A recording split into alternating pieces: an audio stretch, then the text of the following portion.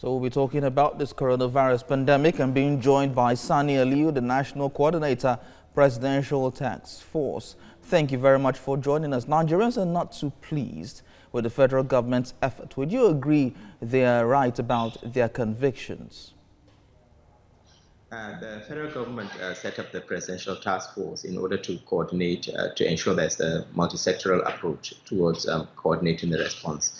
I believe the federal government is very committed. We have been working on a daily basis. A lot of the decisions that you would see coming out with regards to COVID in the last few weeks was as a result of the work of the task force. So no, I really would disagree with your statement that that the federal government has not been doing anything regarding this. We know the impact of coronavirus on our communities.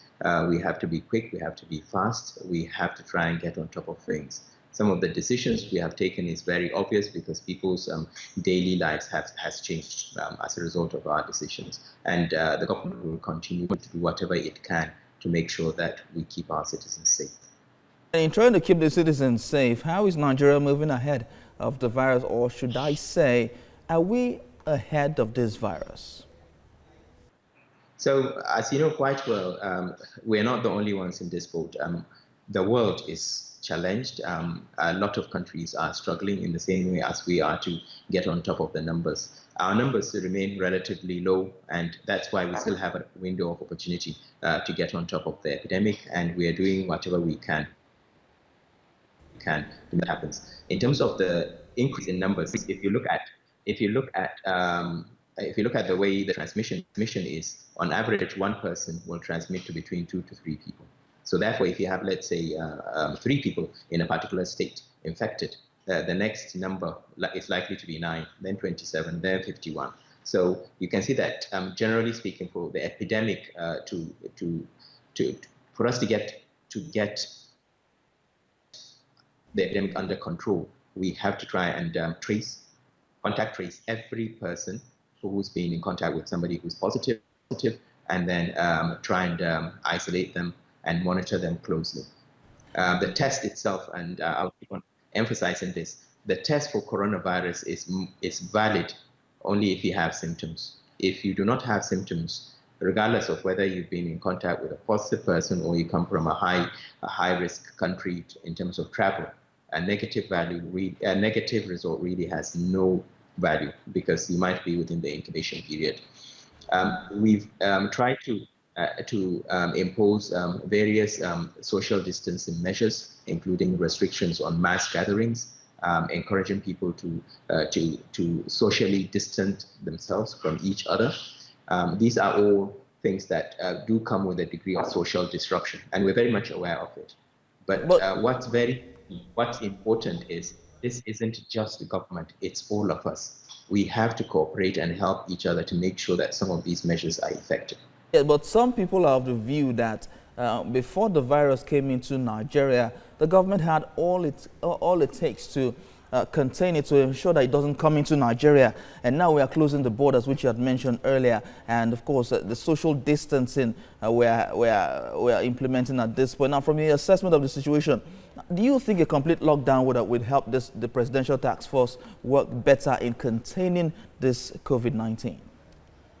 So I can't preempt what the task force may or may not do, or the government of Nigeria. But what I want to remind you is, right from the beginning, if you look at the controls that we instituted, particularly in our airports for people who travel frequently abroad, there are very few countries you will go in and you'll have your temperature monitored and you'll have a detailed travel history taken.